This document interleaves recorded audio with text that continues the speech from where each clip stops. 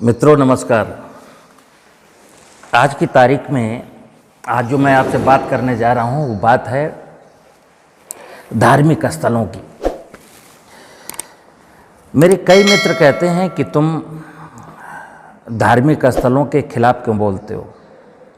मैं उनसे कहता हूँ मेरी पूरी वीडियो सुने तो, मेरा पूरा विषय समझें तो।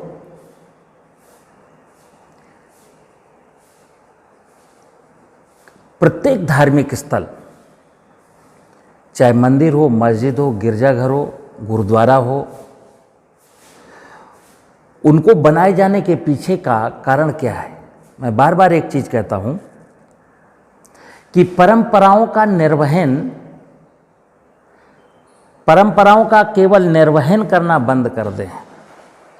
परंपरा के पीछे के मकसद को समझें कि अमुक परंपरा का, जैसे मंदिर एक परंपरा है, मंदिर बनाना, मंदिर जाना, ये हिंदू रीति रिवाजों की एक परंपरा है। लेकिन ये मंदिर क्यों बनाए गए और हमें मंदिर जाना क्यों चाहिए, विषय ये है। अगर मैं ये विषय नहीं समझता हूं तो फिर क्या होता है, जैसे कि आज संपूर्ण दुनिया, इस दुनिया के सारे लोग अपने अपने मजहबों के आधार पर, कोई मंदिर जाता है, कोई मस्जिद जाता है, कोई गिरजाघर जाता है, कोई गुरुद्वारा जाता है। इसके बाद भी ये मनुष्य और मनुष्य के बीच में नफरत क्यों? तो नफरत नहीं होनी चाहिए ना।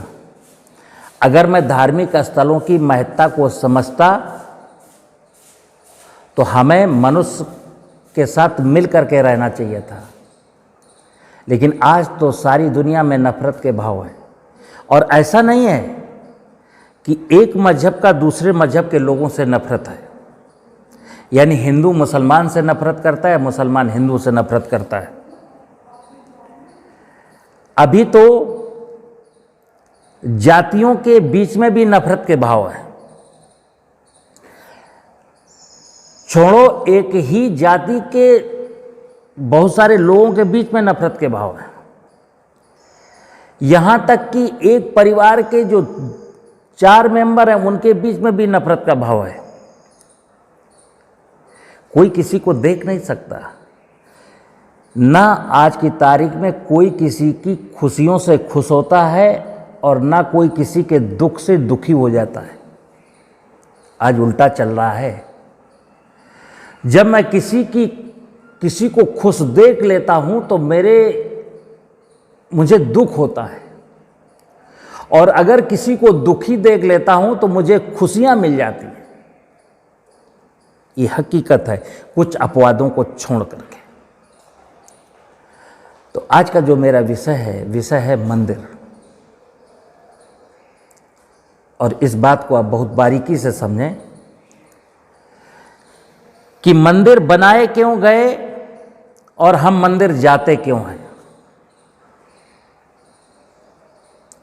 बनाने वाला तो चला गया।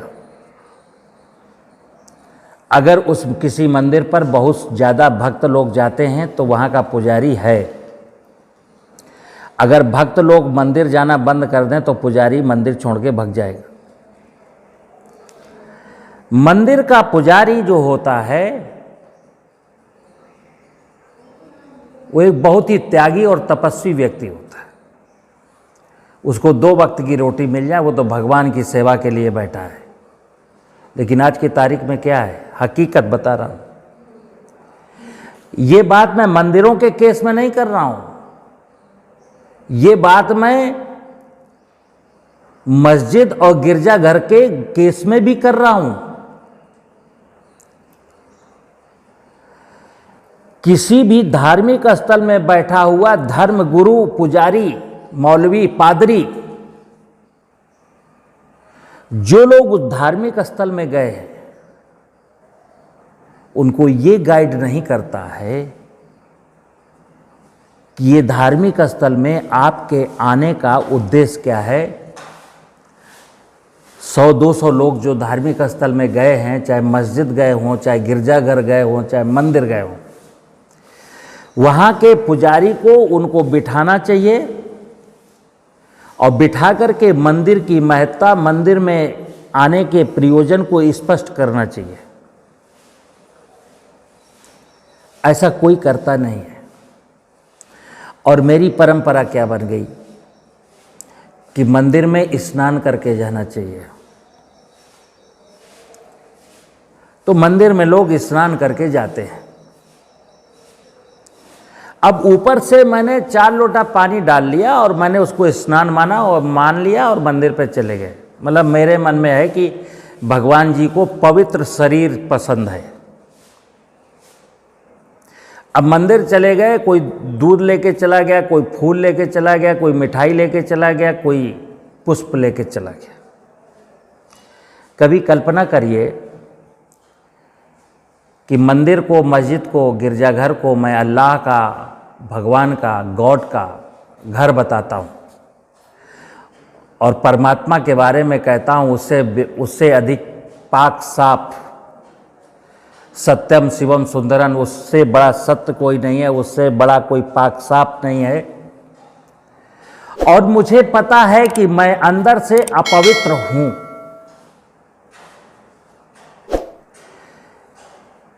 व्यक्ति को, किसी भी व्यक्ति को शर्म आनी चाहिए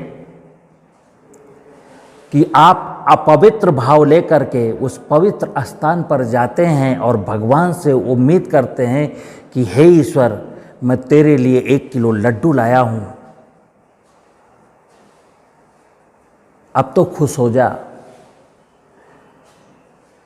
हे शिव, देख मैंने तुझे 1 लोटा दूध अर्पण किया है, अब तो मेरे गुनाह माफ कर दे। हे अल्लाह, देख मैं तो 5 वक्त का नवाजी हूं, अब मेरे गुनाहों को क्षमा कर दे। कल फिर गुनाह करूंगा और फिर क्षमा मांगने आऊंगा। जबकि हमारे पूर्वज हमको बता गए हैं कि भगवान भाव का भूखा है। भगवान आपके अंतर मन की पवित्रता चाहता है।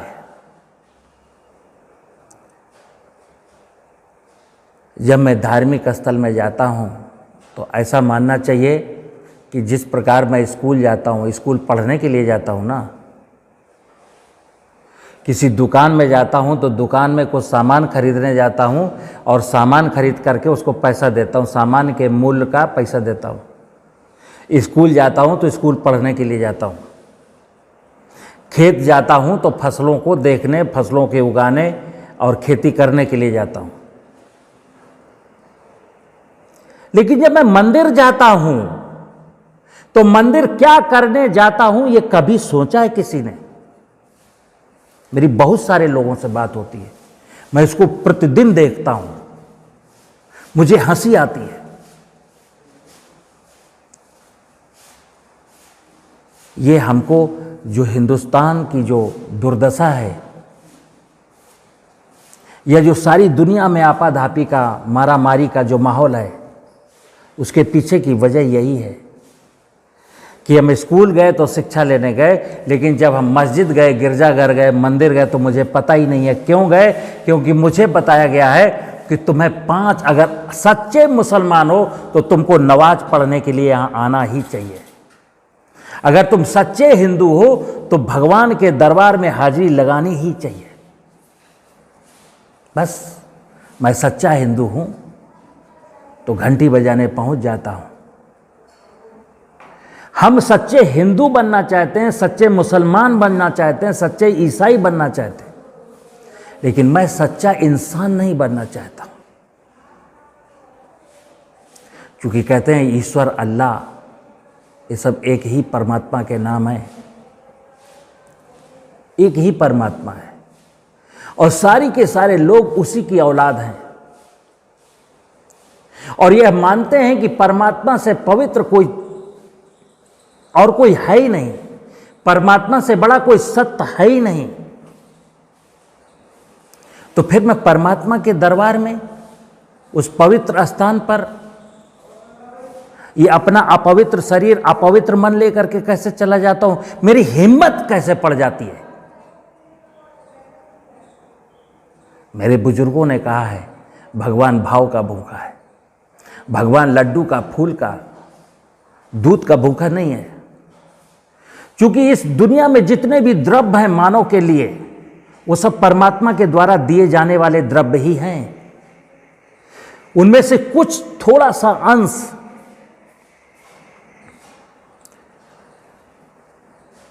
आप सभी लोगों ने शिव भगवान के ऊपर दूध चढ़ाने की घटना देखी होगी। मैं हर रोज ऐसी घटनाओं को देखता हूं बारीकी से, मुझे बहुत तकलीफ होती। नंबर एक तो शिवलिंग को जब मैं दूध से धुलता हूं तो मुझे क्या लगता है, वो शिव अपवित्र है जो दूध से धुल के साफ कर दूंगा। और दूध कैसा ले जाता हूं, 100 ग्राम दूध में 900 ग्राम पानी मिलाता हूं। अब मेरी अपवित्रता की पराकाष्ठा देखिए आप। मैंने कहा भगवान भाव का भूखा है। ठीक है, हम नहीं जानते हैं कि दूध चढ़ाना चाहिए कि नहीं चढ़ाना चाहिए, कानों में मुझे आवाज़ आई कि शिवलिंग पर दूध चढ़ाना चाहिए, तो फिर भाव मेरा ऐसा होना चाहिए कि फिर शुद्ध दूध लेके पहुंचूंगा। इसको कहते हैं भक्ति। भगवान स्वीकार करेगा यह भक्ति। आपको समझ नहीं है, किसी ने बता दिया है कि भोलेनाथ तो दूध पीते हैं या भोलेनाथ को दूध से स्नान कराया जाता है, तो मैं शुद्ध दूध लेके पहुंचूं, यह मेरी पवित्रता है। मैं सफेद रंग का पानी लेकर के जाता हूं, यह मेरी अपवित्रता है। तो ये जो धार्मिक स्थल हैं, धार्मिक स्थल इसलिए बनाए गए हैं, अगर आप में कोई अपवित्रता है तो वहां जाकर के वो पवित्र होकर के आइए। लोग कहते हैं यहाँ स्नान करके आइए, मैं कह रहा हूं बिना स्नान के चाहिए, और वहां जब जाइए 2 मिनट 10 मिनट 1 घंटा आधा घंटा बैठिए और कहिए, हे परमात्मा, हे ईश्वर, आज तेरा दर्शन करके मुझे भी ऐसा लग रहा है कि मैं तेरे जैसा पवित्र हो जाऊं, क्योंकि इसके अंदर भी तेरा अंश है। आप जानते हैं ना, आप हैं क्या?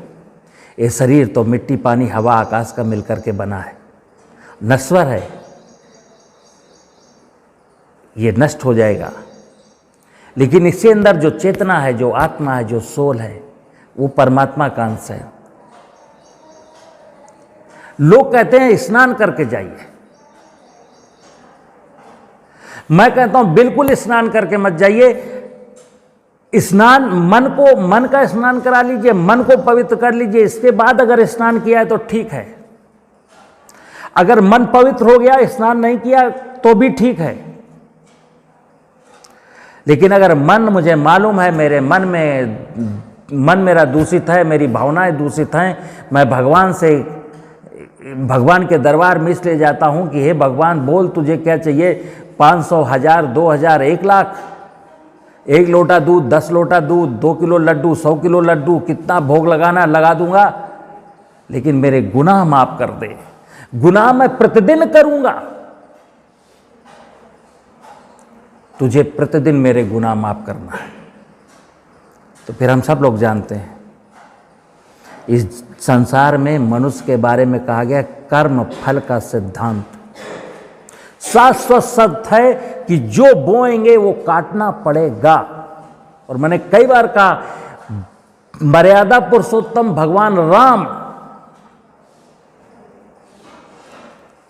के पिता दशरथ को भी वो जो एक धोखे से श्रवण कुमार को धोखे से तीर लगा था, उसका अपराध, उसका जो पाप था, वो राजा दशरथ को भी भोगना पड़ा। तो कर्मों के फल से इस संसार में मृत्युलोक में आने वाला कोई भी व्यक्ति कर्मों के फल से तो बचा ही नहीं है। तो आप ऐसी भावना लेकर के कि मैं गंदे कर्म करूंगा, मस्जिद चला जाऊंगा, गिरजाघर चला जाऊंगा, अगरबत्ती जला दूंगा, 5 वक्त की नमाज अदा कर दूंगा, 1 किलो शिव जी को लड्डू चढ़ा दूंगा और मुझे भगवान कर्मों के फल से बचा लेगा। ये गलत फहमी आई कहां से? ये आपके दिमाग में किसने भर रखा है? ये चिंतनीय विषय है। सारे के सारे ये जो धार्मिक स्थल हैं, ये सिर्फ इसलिए बनाए गए हैं कि मनुष्य को मनुष्यता का बोध हो जाए। ये सारे धार्मिक स्थल मनुष्य को मनुष्य का बोध कराने के लिए बनाए गए हैं। इस गलत फहमी में कोई ना रहे कि मैं अगर मनुष्य नहीं हूं, अगर मैं हिंदू हूं, अगर मैं मुसलमान हूं, अगर मैं ठाकुर हूं, अगर मैं ब्राह्मण हूं, ऐसा भाव ठीक है। मेरा नाम विनोद कुमार सचान है, मेरा नाम विनोद कुमार शाक्त भी हो सकता था, मेरा नाम विनोद कुमार चतुर्वेदी भी हो सकता था, मेरा नाम मोहम्मद सलीम भी हो सकता था। ये मनुष्य का हाड़ मांस का पुतला नाम कोई रख दे, लेकिन इसके अंदर जो है, इस शरीर के अंदर जो बसता है, वो मनुष्य की प्राण चेतना बसती है। उसको मनुष्यता की ओर अग्रसर होना है। उसको ये समझ आनी है कि मैं मनुष्य हूं और क्यों आया हूं। और मैं फिर बता दूं, किसी भी धार्मिक अनुष्ठान के पीछे का मकसद सिर्फ यही है कि आप मनुष्य बन जाएं। और जिस दिन आप मनुष्य बन चुके हैं, आपकी शिक्षा पूरी हो चुकी है। अब आपको किसी भी धार्मिक अनुष्ठान की जरूरत नहीं है, अब आपको कर्म करना है। इसी में बार बार कहता हूं, मंदिरों में चाहे शिव का हो, दुर्गा का हो, पार्वती का हो, ब्रह्मा का हो, राम का हो, कृष्ण का हो, बजरंगबली का हो, हर मंदिर के दरवाजे पर पहले गणेश जी की प्रतिमा स्थापित की जाती है। और गणेश जी का मतलब मैं बार बार कहता हूं कि गणेश जी की प्रतिमा का मतलब है कि हे भक्त, हे पुत्र, तो इस मंदिर में आया तो है, गणेश से पूछ ले, यानी अपने अंदर के ज्ञान से, अपने अंदर के बैठे हुए चेतना से जान ले, समझ ले, सीख ले कि मंदिर में आने का प्रयोजन क्या है। तो गणेश जी बता देंगे कि मंदिर में आने का प्रयोजन ये है कि जिस परमात्मा, चूंकि आप परमात्मा के मंदिर में आ रहे हैं ना, और परमात्मा के बनाए हुए आप इंसान हैं, तो परमात्मा से क्या पूछने आ रहे हैं? परमात्मा की रचना जब परमात्मा के घर जाती है तो क्या पता करने जाती है? परमात्मा तो वहां है नहीं, ये तो आप जानते हैं। किसी ने एक मूर्ति बना दी है, लेकिन ये आपको भी पता है कि परमात्मा तो वहां है नहीं। लेकिन चलिए मानते हैं वो परमात्मा का घर है, तो परमात्मा से मिलने क्यों गए हैं? तो परमात्मा से मिलने इसलिए गया हूं कि हे परमात्मा, मुझे कुछ डाउट है, मुझे कुछ संदेह है अपने होने ना होने का, तो मुझे बता कि इस धरती पर मेरे होने का मतलब क्या है। मैं तुझसे पूछने आया हूं। तो वो परमात्मा का अंश जो आपके अंदर है, चेतना, वो आपको बता देगी कि तुम इस धरती पर इसलिए आए हो। और अगर उसने बता दिया और वो मैंने समझ लिया, तो मेरे मंदिर जाने का जो है उद्देश्य था वो पूरा हुआ। अन्यथा तो कहा गया है, कस्तूरी कुंडल बसे मृग ढूंढे बनमाई, ऐसे घट घट राम है दुनिया देखे नहीं। तो हे मित्र, अपने अंदर की इंसानियत के, अपने अंदर की मानवता को जागृत करने के उद्देश्य से मुझे धार्मिक स्थल, धर्मगुरु, धार्मिक पुस्तकें, धार्मिक अनुष्ठान, यानी धार्मिक स्थल, धार्मिक अनुष्ठान, धर्मगुरु, धार्मिक पुस्तक, इन सब के पीछे का मकसद एक है कि आपके अंदर वो इंसानियत जाग जाए जिसके निमित्त आपका यहाँ पर जन्म हुआ है। इसके बाद कुछ नहीं करना, ऊपर वाला सब देखेगा। जिसने अपनी सौंप दी प्रभु को लंबी डोर, उलझ कभी सकती नहीं पकड़े नंद किशोर। नमस्कार।